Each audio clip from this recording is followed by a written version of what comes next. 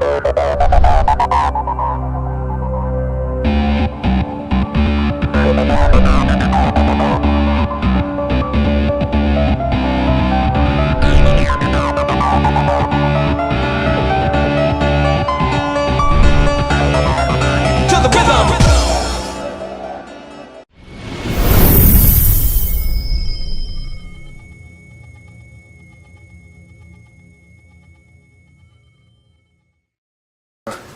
let me speak from my heart on a couple of issues real quick, okay?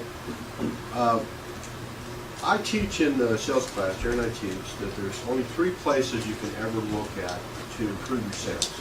That's attitude, activity, and skill set.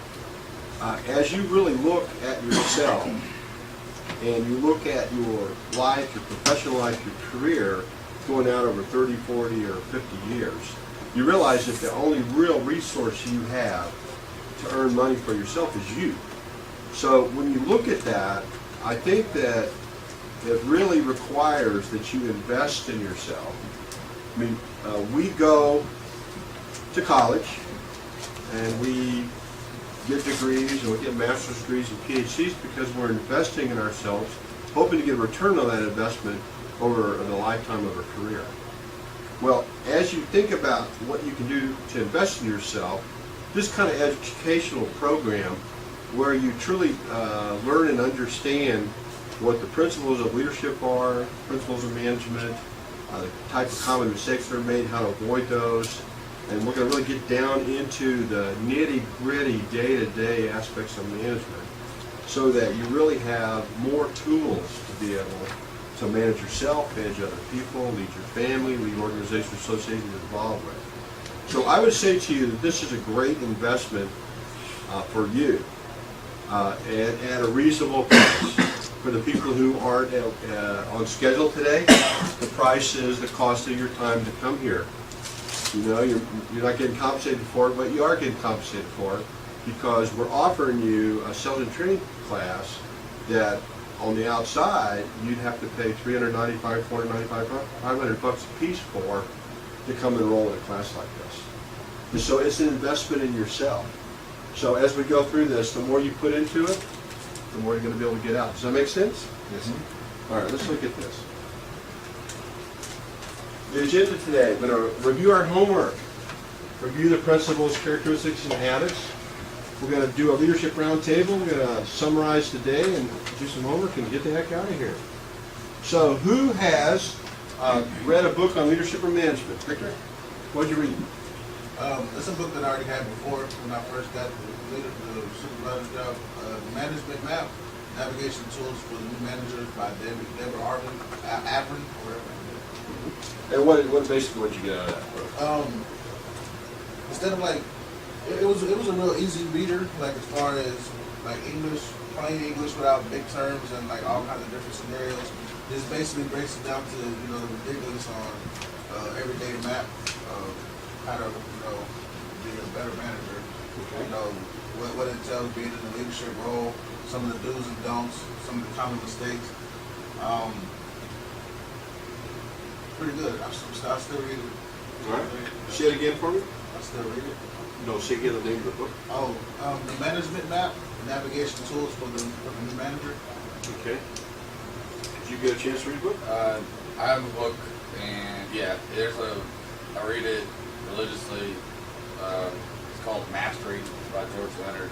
It's about how once you're trying to pursue a goal, you're going to have hills and plateaus and descents.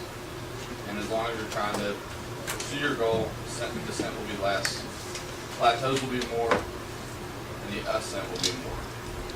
And it's basically, the concept comes from Aikido and from instrument training.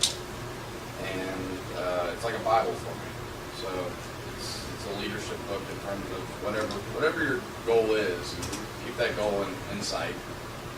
Work towards that goal. Don't stop till you get there.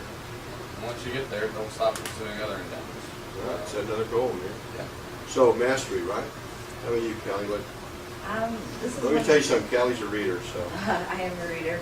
This is one that I've had. It's called Secrets of Six-Figure Women. It was given to me by one of my best friends. And it's just basically, it's not even really necessarily for women, but just how to visualize what you think that your time is worth and how to ask for that, because otherwise you will stay habitually an under-earner, as women just traditionally have throughout the years. And until that you understand what you think that your time is worth, then you're never going to reach that point. And it teaches you just kind of step by step how to put yourself there. And so that's just one because I've completed it. I'm listening to a book on tape right now called Your Wish Is Your Command by Kevin Trudeau. Have you heard of it? Oh yeah, Kevin Trudeau. I actually know him. Oh, okay. Yeah, I hired him to speak at a convention. Yeah, he's a very nice man. No, I haven't. I'm only a little ways into it since it's on tape, But so far, what I've gotten out of it is the teachability index, your willingness to learn versus your willingness to change. And he's just a really powerful kind of speaker, and that readers are leaders. So since the beginning of time, all the great leaders have been leaders.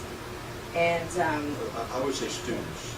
well, Readers, students, whatever you want to do. Yeah. Sure, exactly. I mean, that's just kind of. So you said, Yeah. we'll go synonym there. Yeah, Yeah, absolutely. there we go. Exactly. That's right. If you look at the great leaders of the world, there's something that's common in all those people, and they were big students, huge students of what had gone on before. It's pretty amazing. How about you, sir? I read The Art of War. Oh, yeah. Talking about it. And then there's another book that I'm reading, The Miracle of Mind Dynamics by Joseph Murphy. And basically, The Art of War was just a big metaphor with war and Yes, with and business and everything. Business is a war, right? With objectives and forces and battles on a daily basis. It's an apt analogy, and it's an excellent book. I read it years ago when I was a second lieutenant because they made me. And I read it 2 years ago because I hadn't read it a bunch of years, and I thought, oh my God, look at all the things that are applicable in business that aren't, we're not talking about war and artillery and infantry. How about you, Steve? What book are you reading, brother? Well, I actually started reading a great book that one of my dear friends gave me. Yeah. I just actually started reading it, The Seven. I can't remember the name. But anyway, Seven Habits of Highly Successful People. That's the book. Yeah, Highly Effective People, right? Stephen Covey is considered one of the greatest books ever written. And it changed my life, and I hope that it changes yours. How about you, sir? I dropped the ball on this one. So what I'm going to do is I'm going to double up on it. Okay. So I'll We're not going to beat you up necessarily. I will just say that if it happens again next week, I'll have one of the girls take you on the parking lot with your ex. And all of them can. And don't think we're kidding. Oh. How to Win Friends and Influence People. One of the greatest books ever written. Yeah. When was that written? It's got to be 8 years ago. 1936, I think. Yeah. Oh my gosh. Yeah, so years That's, ago. that's 86 years ago? 76, something like that, yeah. A long time ago. Yeah. No, it's not really, based on management. That's It's not based on sales, but in its title, How to Win Friends and Influence People. If you're in sales, it's perfect. It's a perfect book on emotional intelligence, is it not? And we said that emotional intelligence is a characteristic of highly successful sales leaders and managers. Yeah, it is. And, Dale Carnegie's book is all about emotional intelligence, how to deal with other human beings. Yeah, and they'll say something, and then they'll follow it up with like a story on how it relates, which is really good. And it tells you don't criticize, condemn, or complain. I think everybody will catch themselves doing that every day. Give honest and sincere appreciation when it's necessary, and also to make the person you're talking to at that time feel like the most important person in the world. Because it's all about them. So, I really like this so far.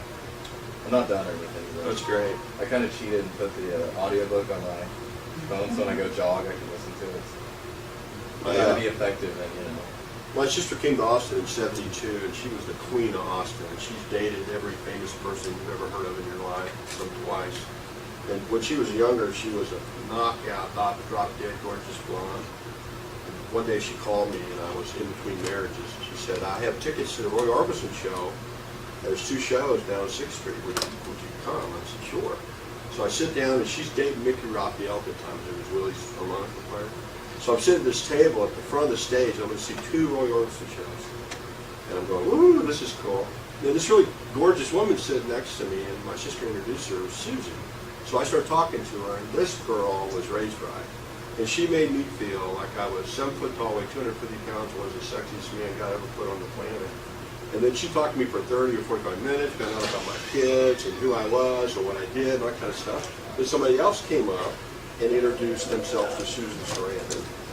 And Susan Sarandon turned to them and spent 30 minutes doing the same thing with them, making them feel like they were the most incredible person on earth. So when I left there, I said, oh my God, that girl was raised right. That's pretty amazing. I haven't had a chance to read anything since Wednesday.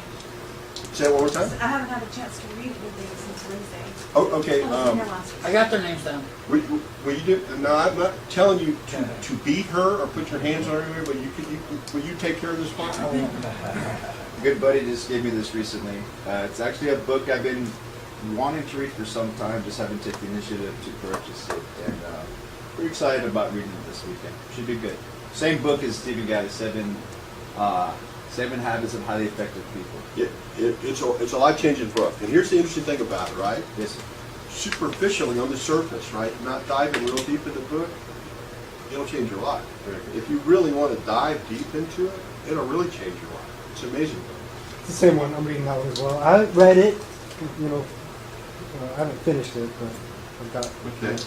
I'm writing his name down. Yeah. Hey, have the sales manager kick his ass. Hey, Jerry, what are you reading, brother? Leadership Secrets of Attila the Hun. It's a book that communicates it. Attila the It's about one of Hun. your relatives, right? Yeah, he is. As a matter of fact, all great warriors are related. He's you got to be witty for quick witty of yourselves. Come on. It's a book around Attila the Hun talking to all his chieftains around the fire every night. He goes through different lessons, how to treat your people. He says your tribe will not be happy if you don't share the booty with them. And it's a metaphoric book, but it has There was a management. definition of booty that was different back in the day. It had to be. Why don't we say gold? Share the Gold, okay, gold. And he comes from, how to make sure your people have enough to do their job. Do they have the tools and resources? If not, as the chieftain, you're responsible to make sure that they have those things. It's all in a setting, like a nightly setting, where they all come around the fire, and he's just giving words of wisdom to his chieftain. It's a pretty good book. It's short, too. I told you guys last week the story of Dwight Eisenhower, and every single time he was assigned someplace, from the time he got out of West Point, that place that he was assigned ended up being really pivotal in his education to become the Allied Supreme Commander of World War II. It's like almost like it was just laid out in a map. And he got a real trusty old general, a one-star general, down in Panama. He was stationed down there. And one of his kids died down there. It was a really horrible thing. But Eisenhower sat around a fire and learned how to move armies around, learned how to write orders, learned how to think about moving a lot of people. Right? It's a complex thing, and it's kind of neat. And that sort of begs another question, how do leaders get to be better leaders? Association with leaders, right? Everybody's got to have a mentor. I've got mine, Jerry's got his, So let's go to this next one here. Analyze yourself in terms of principles, character, and habits of leaders. Be prepared to openly discuss your strengths and weaknesses. Kelly, what do you think your key strengths are? Okay, I'll go. And now I realize, just from looking at this again, that you're going to want me to go through principles, characteristics, and habits and what they are. And I didn't organize myself like that, so I'll just tell you It's that. okay. You don't have to do that. Okay. But what I'm looking for is for you to start looking at yourself in terms of, what are my strengths? Oh, no, I did the strengths What are and my weaknesses. I weaknesses? just didn't do the principles, characteristics. Well, we'll and tie that habits. together. Okay. We'll tie that together. I think that definitely the emotional intelligence, because I'm pretty good at judging how people are, and I think that I can usually get on their level pretty easily and kind of figure that out. So I think that's definitely a strength. Also, the fact that I'm definitely willing to put in any extra time, or I'm willing to do anything that the people that I'm trying to manage are doing, because they do respect you more. And I think that the respect is the most important What are the one or two things you think you need to work on? I definitely think that time management, because sometimes I'll spend too long on something that's unimportant, you know, like trying to balance out what is urgent and necessary versus what's not so urgent, and trying to bring that to a middle plane where my efficiency maxes out. Yeah. Stephen Covey's book, First Things First, it might be a wonderful book for you to read. You, sir, what are your strengths and weaknesses? Yes, sir. I guess the strength would be being able to be personable and relate to people easily. And I guess my biggest weakness would be still taking things personally, even though people are just saying things to get the job done, and then I feel like it's a personal attack on me. Or if I ever get management, maybe creating relationships and having that effect of the management aspect.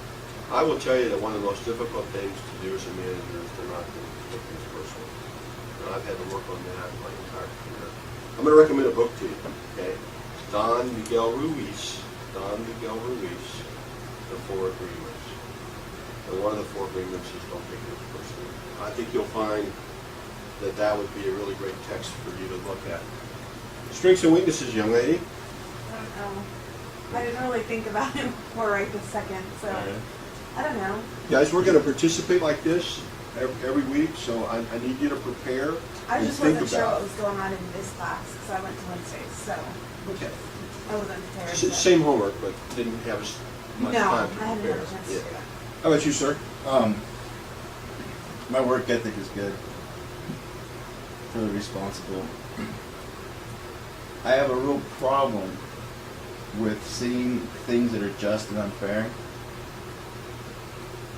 And sometimes life is just not fair. It's not the way you want it to. But I have a real problem with that. Mm-hmm. It's really hard for me to deal with it at times.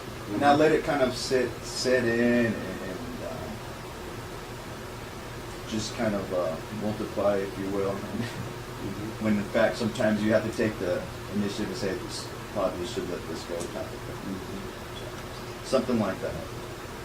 Here's a John Maxwell book. It's been given several different titles over the years.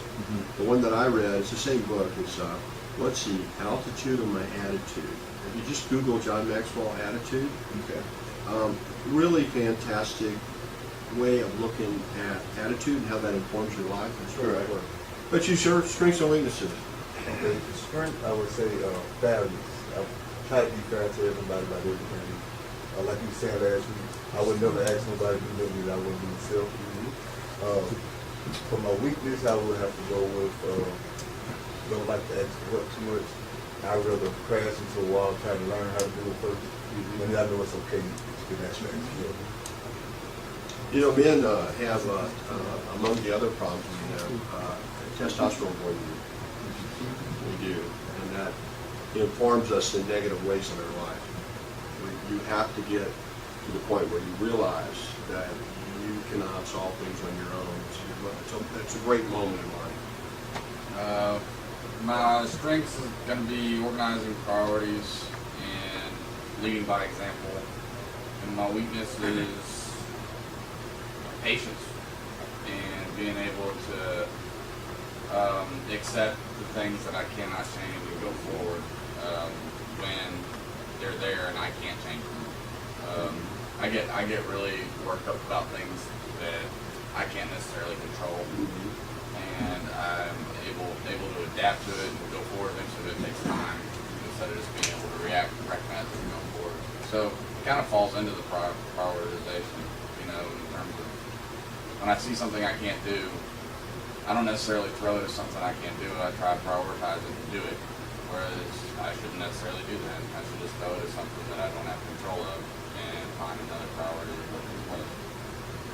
We're going to be talking about priorities, and it's kind of interesting how you look at them. One of my strengths is that I got a good confidence level. I think all leaders should have. No, seriously, all leaders should be confident because if you deliver something in a way, you kind of tend to know what's going to follow you. I'm also pretty dependable as far as being punctual and always on time, things like that. My weaknesses are I have a hard time prioritizing task too as well, time management. I also tend to be more of a friend than a supervisor type deal, and I'm working on that. I think that'd be a couple of my weaknesses. Okay. Khalil. Hey man, I think pictures in my head, man. Because he definitely hit on a lot of shit. You know, that would be so scary. A lot of key things that I also feel the same way about. As far as being dependable and functional, that's at the top with me. I'm very patient. I have the drive because I want to be successful. As far as maybe weakness, it may be a situation where I would have to learn more about being able to separate friendship from professional. So kind of like the same thing.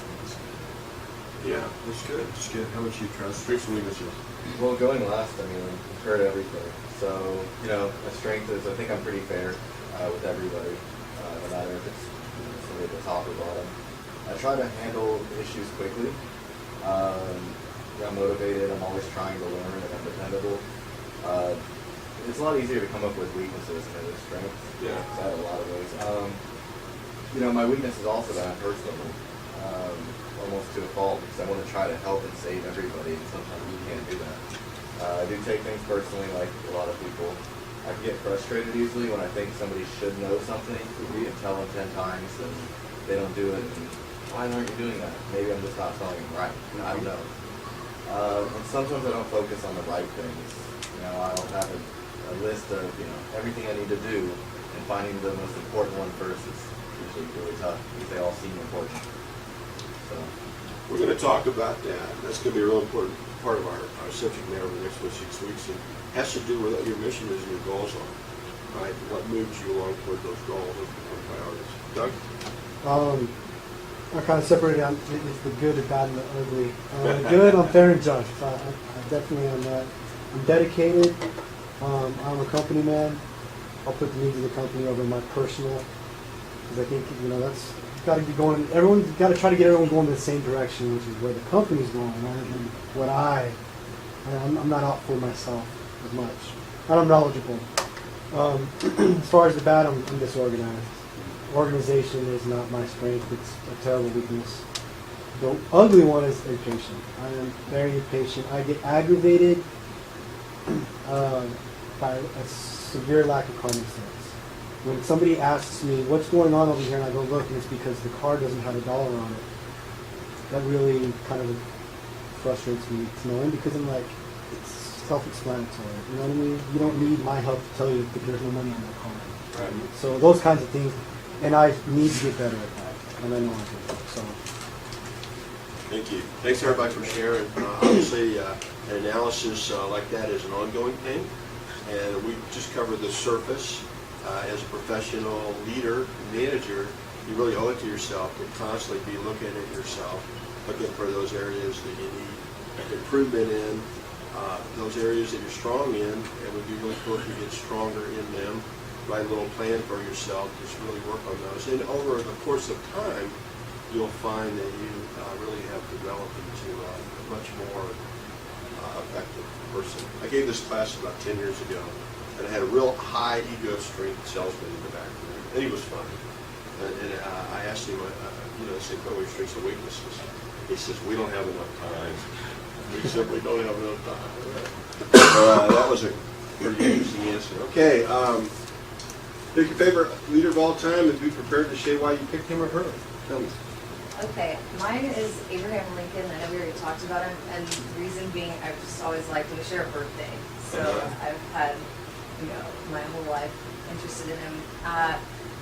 Another reason, he came from nothing, he came from poverty, and he did persevere. I think that's one of the most important things, no matter how many times you get knocked down, you get back up, and it goes to show you that anybody from anywhere can do whatever they want to do. It's just what's inside of you. That makes sense. I think he's a fine example of principled leader. He made some very difficult decisions during the war. Very unpopular. Courage also.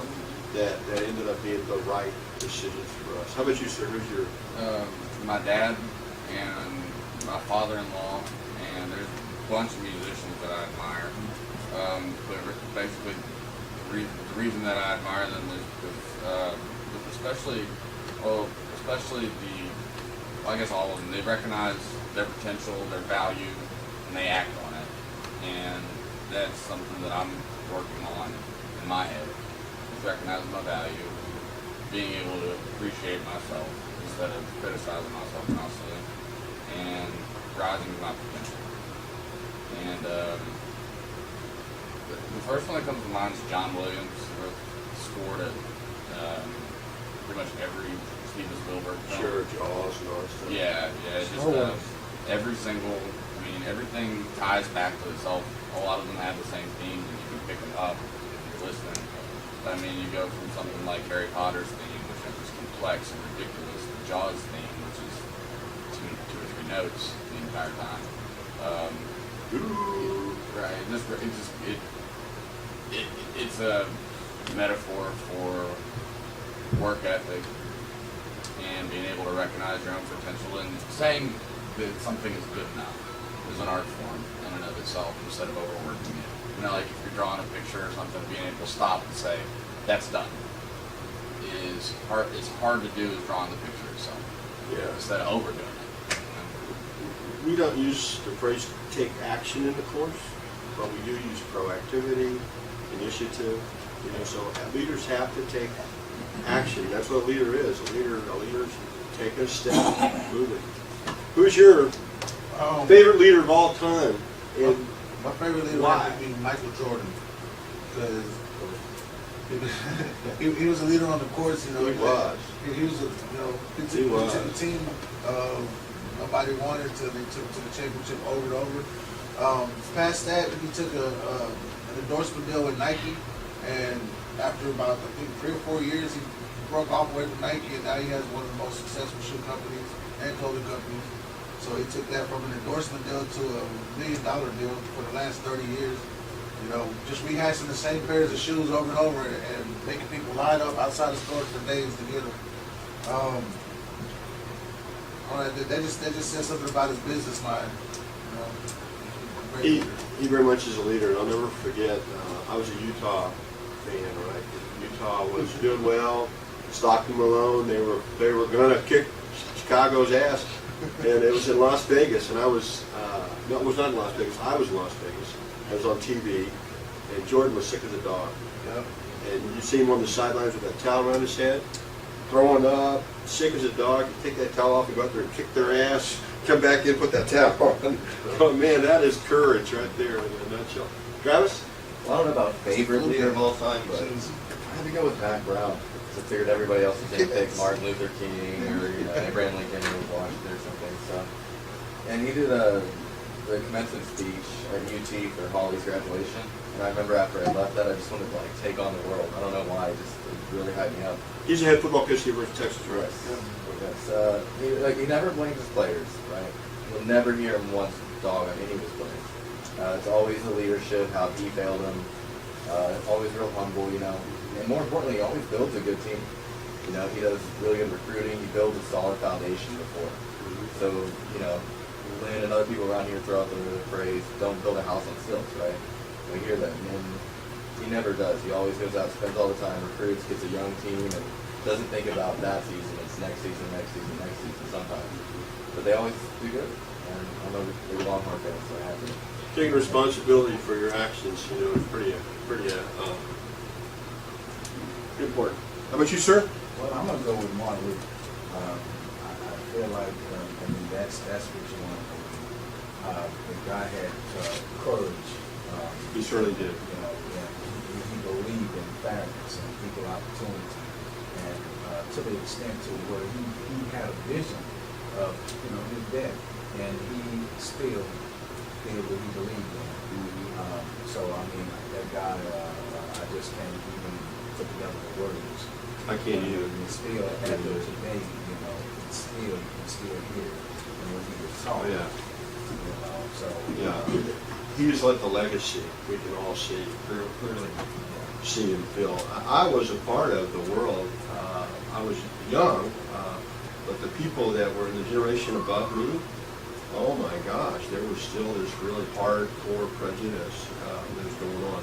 my generation and subsequent generations don't have that same attitude, but you can see a real generational change. He was an amazing leader, just absolutely amazing. And how do you know if you're a leader or not? What's behind you? Well, there's lots of people behind more than it's a great choice. How about you, sir? One of the pharaohs, right? If y'all know this, Steve's kid, one of the pharaohs. And I didn't pick one. Tutankhamun, he's got Tutankhamun, yeah. But I had a hard choice. So I actually had two, Benjamin Franklin and Galileo. And the reason why I chose those two is because they're not the first ones to do it, but they actually taught people how to think outside the box. For instance, Galileo actually challenged the Catholic Church when he was talking about how the solar system rotates not around the Earth, but around the sun. Right. And Benjamin Franklin, he created a lot of great inventions, the odometer, the lightning rod, just a lot of stuff about the first pair of bifocals, and it led people doing a lot of other great things. Plus, not to mention his authorship for Richard's Almanac and the many bromides that are written in it. How about you, sir? All time, I'd say, I'll go with Jesus. I mean, whether or not you believe he's the Lord or Savior, he's still a man that walked this earth and led by peace. And, there's been thousands of wars fought over the message that he shared. And just by standing for what he believed in, he could have escaped that persecution. But, he stood by his ground. And I hope that in my life that I stand firm with what I believe in and can be a silent leader like that, where I lead by peace and by example rather than with force. That's a great choice. And how do you know if you're a leader or not? Look behind you. Lots of people. Whether or not you're sold on everything that the Christian faith teaches, or you just look at the historical record of a guy who's very courageous and created a movement that changed the world. Absolutely. I'm okay with that. You know my favorite saying about all this stuff is? Preach the gospel all the time if you have to use words. I love that, right? Live your life by example. That's what you do. How about you? Okay. Mark, how about you? For many, many years, there was nobody more revered to me than Arnold Schwarzenegger. I flat out just admire the dude totally. His work ethic and drive is second to none. If you've ever had a chance to see Pumping Iron, which inspired me at 13 to go be a bodybuilder. In Beeville, nobody ever been a bodybuilder before except me. I was the only one. I was in magazines and all because I watched this dude do something very obscure and be dead serious about it. And it's pretty impressive the way he's transformed his life from a kid from Graz, Austria to governor of California. Really. But then as I grew older, I really got to admire Che Guevara for just being, of course he was educated as a doctor, but fought for causes that were not his own, but in fact he was a human being, as we all are, and he fought for human rights. Whether it be in Cuba or Brazil or wherever, he saw causes and said, yeah, I'm man enough to step it up, and I think I can help. Arnold Schwarzenegger was great, but I'm not a bodybuilder anymore, so I really don't, it's not as impressive to me. But Che was very impressive because, if you've read or you've seen documentaries, he endured quite a bit as an asthmatic, you name it, just fought in jungles, just like in Vietnam. And if you think Cuba's bad now, it was super bad prior to that, So I really admire him for that. I don't like communism too much, but I think he was a pretty cool dude. And he was a leader. He was very much a leader. How about you, sir? Gandhi, Gandhi's awesome. doctrine of nonviolence. Awesome. You know what? I don't think Martin Luther King would have been Martin Luther King without Gandhi. And Martin Luther King says that, So Took out the Brits. he did. His Self-sacrifice, and baby. it's funny thing is he went to school in Britain and went to South Africa and had all of these things that shaped his life. He was well dressed and to the nines, and he went back to India and started Very dressing social, in very prominent social guy. traditional clothing, and Right. ended up getting assassinated after the fact. He died with like 3 possessions. Yeah. And that's because you hadn't been able to get rid of them that day. Yeah. You know? Right. So, Yeah, it's amazing. It's Fine. absolutely amazing. Okay, yeah. fantastic, guys. I don't care who your favorite leader is, but it's really cool when you start thinking about why you think they're leaders, right? Because as you start thinking about why you admire them and why you think they're leaders, a lot of these principles that we're going to be talking about over the next several weeks start coming up, right? So leadership, right? It's the ability to lead, to guide, and direct or influence people. And there's principles and characteristics and habits and behaviors. And leadership principles are important underlying laws. We did this last week. Know yourself and seek improvement. Know your business, product, services, and process. Know your employees. Keep your folks informed. Right? Set the example. Ensure the task is understood so it's completed. Completed is a really important word. Train your people as a team. Make sound timely decisions. Develop a sense of responsibility. Employ your people. Seek responsibility and take responsibility. Leadership characteristics, right? Characteristics are different than principles. Principles are laws, right? Rules that underlie behavior. Characteristics are things that you can model, right? We talk about my physical characteristics. I'm almost 5'11". I'm 200 pounds. I have brown eyes. I'm bald. There's certain characteristics about my personality. You guys that know me know. But justice and fairness, several people talk about that. That's a characteristic, you know. A leader is fair. A good leader is fair, right? There are bad leaders in the world. Judgment, right? You know what? It's hard to make a good decision, but leaders have a tendency to make good decisions. They're dependable. They say they're going to be there at 12 o'clock, they're there. They take the initiative, they take action, right?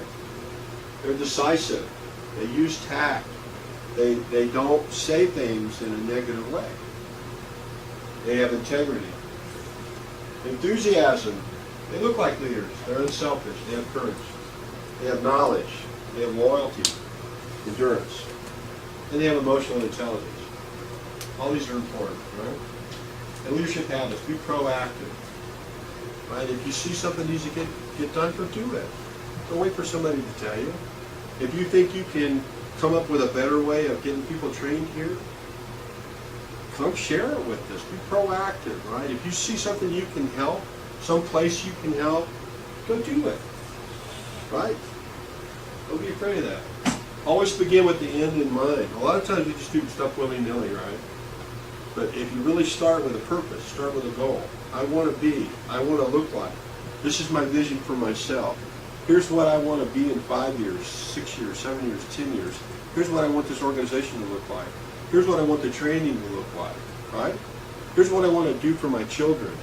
When they become adults, I want them to have these skills and the understanding of the world, the ability to do their finances in a certain way, better than I did, right? Put first things first. This is a principle I'm going to come back to over and over and over again, and it's related to your vision and your mission and your goals.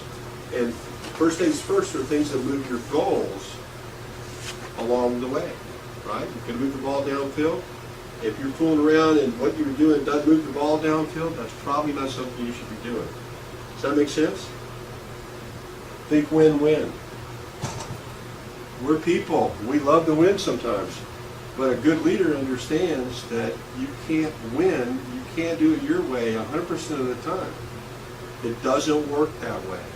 People aren't designed that way. We don't relate that way. Seek first to understand, then be understood, a real important concept. Synergize, sharpen the saw. Leadership is doing the right things. Management is doing things right. Leader managers do the right things right. Okay, roundtable discussion. We've got about 20 minutes here. Question. Why are these considered leadership principles, and how might you see these principles in the workplace? And we're going to look at 3. Know yourself and seek improvement. Know your business products, services, process. And know your employee strengths and weaknesses. Right? So, Callie, why are these no principles? Why are these know yourself and seek improvement. I'm not really sure what you're asking. Let's go back up here. Let's do it this way. Okay. Look at the question. why is this considered a leadership principle? And how might you see this principle in the workplace? Okay, gotcha. It's a principle because knowing yourself and having that self-assuredness is going to reflect on the people that you're working with. Kind of like what Victor said earlier, you have to have a confidence, but you also have to be self-reflective and know, have yourself together. Otherwise, how are you going to be able to help others to do the same thing? And that comes along with digging down inside of yourself and getting to know yourself. You're going to, if you are a leader and the type of person, that type of personality, you're going to want to seek improvement because you're going to find things in there that you don't like. And so you're naturally going to kind of do that. And to be an effective leader, you're going to want to seek improvement in yourself, and others will see that and follow suit as well. That's a tremendously important thing you just said, right? If somebody sees you constantly looking introspectively inside yourself and constantly trying to improve your performance, if you're a leader, you're setting an example, right? You're showing other people that you're imperfect, and that's perfectly okay. That vulnerability is good, but you're willing to work on yourself.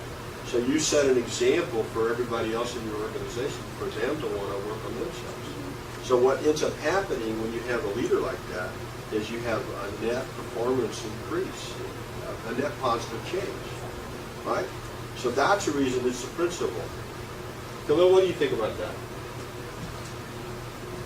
Well, I mean, I definitely believe that knowing yourself is a big factor because you do want to be able to portray one as being a leader and someone that you want to be like. And as myself, being someone that's looking to be a leader, I'm always wanting to be seeking improvement so I can be the best at what I'm doing so that I can reflect off whoever I'm leading. So I feel like it's very important. Okay. So we have know your business, product, services, your employees, your direct reports, team members, and look out for their welfare, right? This is really two different things. There should be a space here, but know your business and products and know your employees, right? Knowing this, it's a violation of a principle if you don't know this, right? You never do anything. You never ask somebody to do something you can't or won't do, right? Callie, go clean the toilets. She may go do that because she knows I will go do that, right? Or she may not do that. I don't know. We'd have to discuss it. But anyway, if I were to ask her to go clean the toilets, right, it would only be because I absolutely couldn't do it. I had to be over here and they had to get done, right? As a leader, you go clean the freaking toilets, right?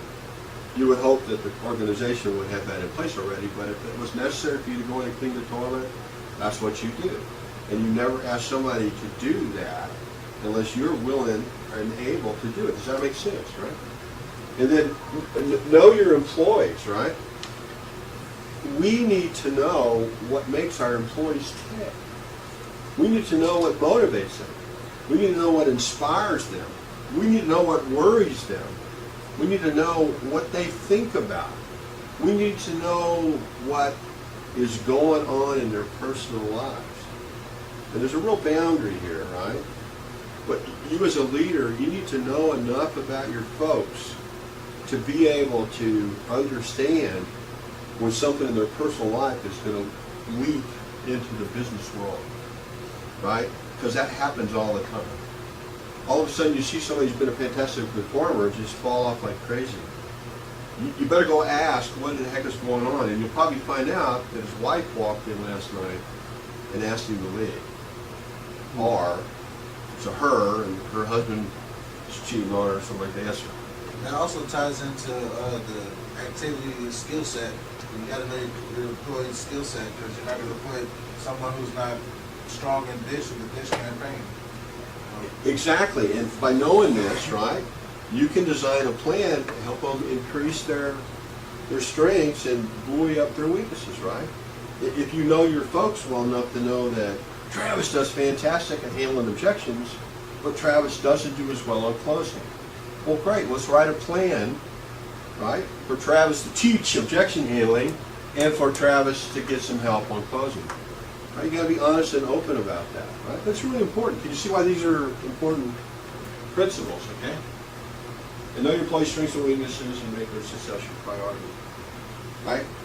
If you make somebody else's success your priority, wow, I'm going to tell you something, it's a real powerful thing that happens. If they know that you are 100% behind them and you're there to help and support them, and you really mean it, they will walk into the gates of heck for you, right? They really will. What do these terms mean? What are these characteristics important, and how do you see them being modeled by the workplace? Justice. What is justice? What does it mean? And how do we see that in the workplace? Give me an example of somebody being unjust. Not being able, just coming down on somebody that you know, or that you don't know, because you're having a bad day, or because you're angry about something and someone asks you a question that you don't immediately know the answer to, and you jump down their throat and tell them all their weaknesses, and tell them why they're not dependable or why they suck at life, when in reality you're just frustrated with yourself because you're sucking at life. Okay. Yeah. Give me an example of somebody being unjust in a workplace, Marco. Unjust in a workplace.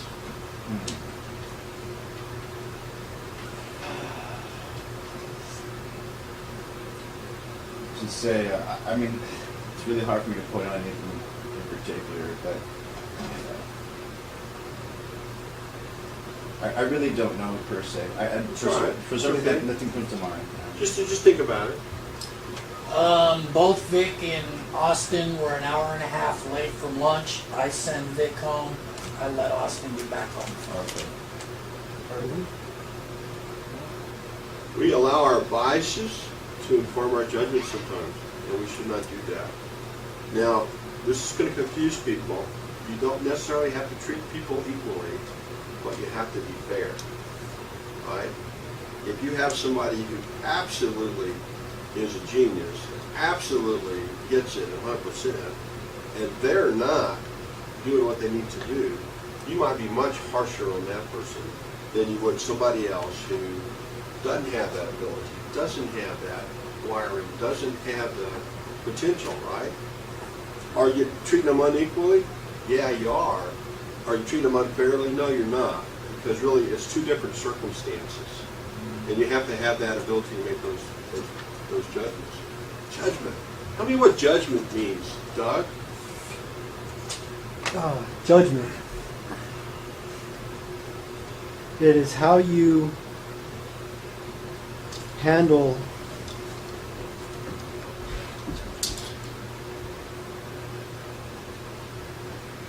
your judgment.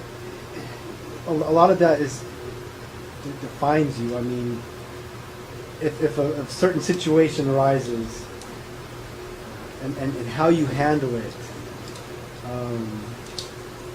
judgment has a lot to do with that. I mean, how do you handle it? It's tough to define, but well, judgment is the ability to make good decisions, right? That are good for the individual, good for the company, good for you as the manager, right? Jerry and I are unfortunately put in a position to make decisions on people in the training class, right? Not something we like to do. It's like shooting a puppy. We like to shoot a puppy. You know, it's not a fun thing, you know. Honey, would you mind taking a puppy out back there and shoot? No, I don't really want to do that. But Jerry and I go through a process, and we say, okay, what's the best thing for this person? Should we put them on the floor where they have a 40% chance of making it? Or should we exit them from the company, even though we know it's hard to get a job, and we know they have children? Like I said, a very difficult thing. So Jerry and I go through a very elaborate process, but in the end, I think we make good judgments. We do what's right for the person, because we want them, if they're not going to be successful here, we need to be able to get them out to where they can be successful. We're doing what's right for the company, because Doug doesn't have to spend the next 80 hours of his life trying to explain something to this person who didn't get it in training. Right? We have a bandwidth problem in the company. So why put people out on the floor that are going to be resource hogs, right? So it's a very difficult thing to do. We had 3 people we made judgments on today. We kept 1 and we let 2 go, right? I'm going to sleep well tonight. Jerry's going to sleep well tonight. It's an emotional experience for us to do that. We're not hardened folks to the point where we don't get it when we're delivering that kind of bad news, right? If you haven't been fired in your life, you just hadn't lived long enough. Okay, you will be fired in your life in some form or capacity. That's just the way it is, right? But if you do it with dignity and respect, which Jerry and I try to do, and with good judgment, and we take the emotion out of it, and we take our biases out of it, right? Because we don't like somebody doesn't mean we get to fire them. That's not part of what being a leader and manager is, right? Challenge in leadership and management is when you don't like somebody. And you have to support them, and you have to work with them, and you have to give them your best effort. You might not like them, but that's what you have to do, right? So it's really important. Dependability. What does dependability mean? Being there when you say you're going to be there, get the task done when you say you're going to get it done. Yeah. You know how you can tell who your real friends are? Yeah. Move. Yeah. Move. Yeah, the jail thing's good. That's fine. But move. Move one day, and you need some friends to show up and help you move out of your apartment. That'll tell you who your friends are, who the friends are. All right. There's a ton of mistakes, guys. But here's the one, and we're not going to be able to spend much time on it today, but not taking the time to plan it, okay? When we walk in on a daily basis as a manager, we walk in to work the floor, we walk in to take calls, we should have a plan of some kind, with some sort of goal, and some sort of plan to get from A to Z, to get from the first call at work to the last call at work. And what happens is we as workers and we as managers get so used to doing the day-to-day thing that we just kind of wander in the building and start doing our job. And if you don't take the time to plan short-term, long-term, short-term, midterm, long-term, you're missing an opportunity to grow and missing an opportunity to do better in your business. Right? So taking the time to plan, even though it's a pain in the bottom, is a real important thing for a leader to do. And what does that mean? It could be as easy as, okay, you got somebody struggling on the floor. You sit down with them and you all develop a plan together. Have an honest discussion. You're doing this well, you're doing this well, but we're not getting the results we need to have. What do you think we need to do? Well, I'm really getting lost when we get to the rebuttal part. Great. Here's a plan that we can work. And let you all develop the plan to work the plan. Right? Does that make sense? So taking the time to plan is really important. Jerry and I spend several hours, we're going to spend at least 2 hours today talking about how to make our training better. Because it's important. If we stop asking those questions and we stop planning to make it better, you know what's going to happen to training? It'll be steady for a while until too many things change in the industry, and all of a sudden it'll be not worth it, right? So, not taking the time to plan. Are you a good planner? No. Are you a good planner? Yes. You a good planner? You a good planner? Getting that all the time. I just do it for you. I know you are. No. Okay, for you guys who aren't good planners, you've got to figure out a way to be a good planner, right? It is a weakness in your professional life. And if you were to go to another organization that was larger, they would absolutely require you to be a better planner. They wouldn't hire you. Because at that level, with a large organization, baby, you better be a planner and be able to do those things. Habits. What does proactive mean? What does proactive Go mean? get it.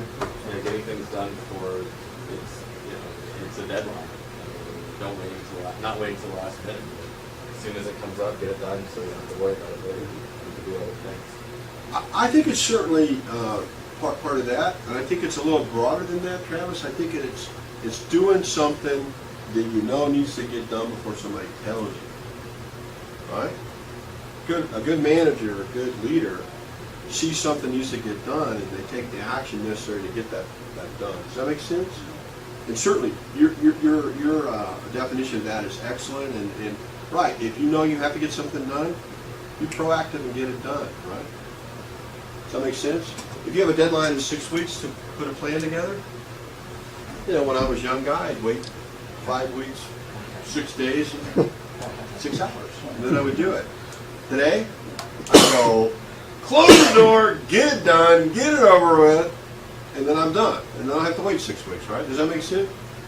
Proactive also means, guys, if I do this, what are some of the unintended consequences that are going to come from me doing this? Thinking everything through and saying, if I do this, this might happen, or this might be a consequence. Okay, real quickly, I need you to keep this down to about 15 seconds each, okay? What are you getting out of this that you didn't have when you walked in here, Cal, a week ago? A week ago, well, I've just gone through y'all's training, so I've kind of already started, but the introspectiveness, you know, the looking within and trying to always seek improvement, I do feel like it's really important. Know yourself and always seek improvements. Keep it smart. What are you getting out of this that you didn't have when you walked in here? Good rubric, guideline, focus to underline principles, characteristics, and habits of leaders and managers, to where that it's a little bit easier to think about instead of a broad jumble of. It's not quite so esoteric, right? Yeah. How about you, Vic? Getting a better direction on where I should be going instead of kind of just driving aimlessly. You know what? That is so cool, because we need to recognize we have to have goals. If people don't do well, they're not productive without goals. And one of the mistakes we make here is we don't set daily goals for ourselves. Travis? Reminders. I mean, it's like you know all this stuff almost, but unless you hear it and all the time and over and over and over, you won't do it, right? So it's like you know what to say, you know what to do, and then you just forget it. You get your routine. Okay, Khalil? Man, I'm just sucking it all up right now. I know it's going to be good for me, especially having the opportunity to participate in something that's talking about leadership. That's something that I really haven't had an opportunity to be involved as far as the workplace. So I'm just looking forward to what I'm going to get out of it. Thank you very much. If I want to be more successful myself, I gotta realize that I need to be willing to learn more new things versus thinking I'm going to. Thank you very much. You, sir? Shown what an ideal leader would look like, and this is definitely making me look at what my weaknesses are, what I need to overcome. That's part of the process, right? It's to awaken in us an understanding of where we are and what we need. I mean, that's really what learning is all about. I think it's a good refresher. I also think, like once a week doing something like this keeps it at the front of your brain. Be the best you can, do the best you can, and you don't have to wait that week, wait 6 weeks and start seeing it all dwindle down and get back into the grind of not trying so hard and not being proactive and taking initiative. You, sir? So About 10 seconds. Self-awareness. Tact. Tact. Yeah, I've got to take some of the frustrating things and handle it with more tact. Okay, guys, we talked about principal characteristics and habits, leadership roundtable summary. Our homework today. I want you to write a book review summarizing the basic elements of the leadership book you chose to read and share what you got out of reading it. All right? You don't have to be a scholar. Just write down what you're thinking. Read another leadership or management book. Be prepared to discuss that. I'm going to ask that you read about one a week. Google team leadership in the workplace. Be prepared to share what you find. That's an interesting topic, team leadership. All right, here we go. Let's go over that again. Write a book review. Have it ready by next Friday. Read another leadership or management book. Be prepared to discuss that. And the Google team leadership in the workplace. Be prepared to share what you find. Any questions? Okay, what's next? We're going to continue on a weekly basis, right? We want to get deeper and deeper into the subject. We want to awaken our minds up and really think about these things in a different way. They're recorded and can be listened to or viewed more than once, so if you miss something